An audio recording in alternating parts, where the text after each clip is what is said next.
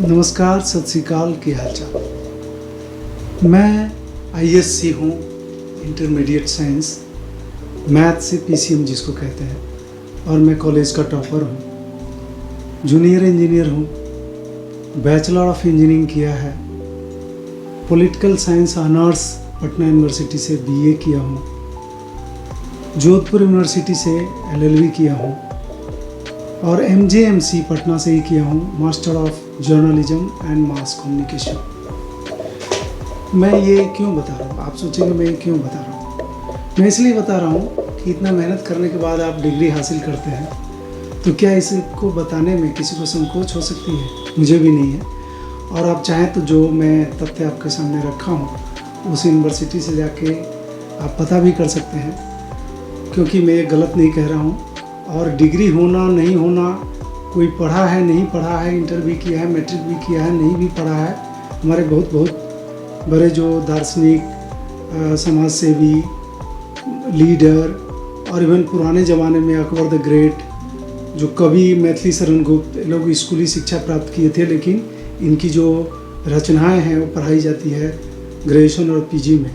कबीर दास जी इतने महान धर्म सुधारक और जो चिंतक थे, दार्शनिक थे, इनकी किताबें जो है ग्रेजुएशन और पीजी में पढ़ाई होती है, जबकि ये लोग खुद पढ़े लिखे नहीं थे। बात अब नरेंद्र मोदी जी की करते हैं कि ऐसा क्या बात है कि डिग्री में उनको जो है काफ़ी सारे परेशानियां हो रही है, इवन कोर्ट से भी कहलवाया जा रहा है, यूनिवर्सिटी भी कह दे रही है कि भाई इनकी डिग्री सार्वजनिक करने की कोई ज़रूरत नहीं है। भाई ज़रूरत भी नहीं थी अगर ये नहीं बोले होते। और मैं कहता हूँ कि इतने बड़े जो लीडर्स हैं, चाहे राबड़ी देवी बिहार में बनी थी या अकबर द ग्रेट थे उस समय में, तो कहते हैं हम लोग कि भाई इन लोगों को बहुत पढ़ा लिखा होने की ज़रूरत नहीं है, इनके पास तजुर्बा होता है और जनता को सेवा करने की जो भावना होती है इनके अंदर, जो मनसा होती है, उसको इम्प्लीमेंट करने के लिए इन लोगों के पास आईएएस, आईपीएस, आईआरएस और बहुत सारे समाज के हर फील्ड के जो है इंटेलेक्चुअल लोग होते हैं। ये लोग सराउंडेड होते हैं उन सारे इंटेलेक्चुअल लोगों के साथ। इवन इन लोगों की जो स्पीच होती है वो इन्हीं लोगों के द्वारा, इंटेलेक्चुअल लोगों के द्वारा, हर फील्ड के जो इंटेलेक्चुअल है उन लोगों के द्वारा जो है लिखा हुआ होता है और ये लोग उसी चीज़ को बोलते हैं। मुझे आश्चर्य है कि मोदी जी के सराउंडिंग में इतने सारे इंटेलेक्चुअल होंगे, आईएएस होंगे, आईपीएस होंगे और भी लीगल एक्सपर्ट होंगे, सारे फॉरेन एक्सपर्ट होंगे, इनके बावजूद भी इस तरह की जो घटना हुई और इनका डिग्री जो दिखाया गया और जिस आपत्तिजनक स्थिति में जिस पे लोग शंका कर रहे हैं शुरू से ही, आप 1978 की बात कर रहे हैं, उस समय कंप्यूटराइज कोई सिस्टम नहीं था और उस समय जो डिग्रियां दी जाती थी हस्तलिखित दी जाती थी और इनकी जो है कंप्यूटराइज डिग्री दिखाई गई, उसी समय से काफ़ी कंट्रोवर्सी में आए। पता नहीं किसने ये चीज़ें एडवाइस दी थी इनको। हम लोगों ने अरस्तु से लेकर के, सुकरात, प्लेटो और अरस्तु का से लेकर के इवन जो जीरो से जो पढ़ाई शुरुआत हुई है वहाँ तक की हिस्ट्री पढ़ाई जाती है। और पॉलिटिकल साइंस से मैं ऑनर्स रहा हूँ पटना यूनिवर्सिटी का, तो मैं कहीं भी इंटायर पॉलिटिकल साइंस जैसा शब्द नहीं सुना हूँ। आप अंदाज़ा लगा सकते हैं इंटायर पॉलिटिकल शब्द का इन्होंने जो है लिटरल मीनिंग अगर लीजिए तो मतलब होता है कि पूरा पॉलिटिकल साइंस।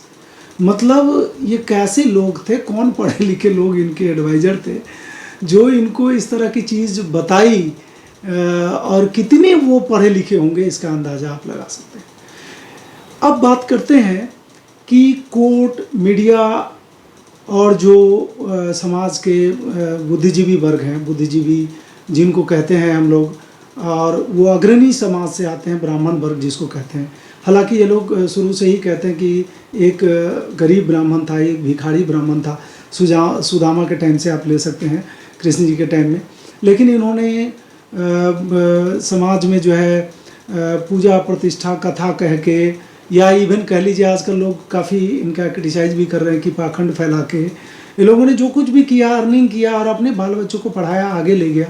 वो लोग आज मीडिया में हावी है, जुडिशियरी में हावी है और इवन जो सरकार के जो डिसीजन मेकिंग तंत्र है उन पे पूरा हावी है और इन्हीं लोगों की सारे चलती है।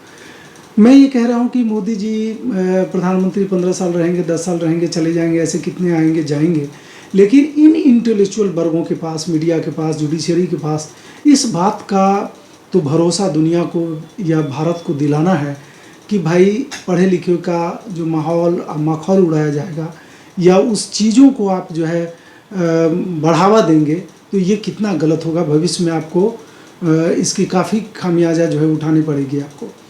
और बिहार में जो ये चीज़ें हुई है, गाली देने वाली बात, ये बिल्कुल ही निंदनीय है। जिन्होंने भी दिया है ये बिल्कुल भी निंदनीय है। गाली तो किसी को, ये शब्द हमारे सभ्य समाज में बिल्कुल ही गलत है। लेकिन एक न्यूटन का थर्ड लॉ जो है ना, कि प्रत्येक क्रिया के परिमाण में बराबर किंतु दिशा में विपरीत प्रतिक्रिया होती है। आप जो बोएंगे वही काटेंगे, और बबूल का पेड़ लगाएंगे तो आम उसमें नहीं फलेगा। मोदी जी घूम घूम करके, गुजरात के मुख्यमंत्री थे उस समय से ले करके, उन्होंने जर्सी गाय और 50 करोड़ की गर्लफ्रेंड और कांग्रेस की विधवा, न जाने ऐसे कैसे कितने तमाम गलत शब्द हम कहेंगे इस्तेमाल किया है। और ये जो है उनको खामियाजा भुगतना पड़ रहा है। मुझे नहीं लग रहा है कि ये दोबारा कभी भविष्य में इस तरह की बातों को रिपीट कर पाएंगे। जय हिंद, जय भारत।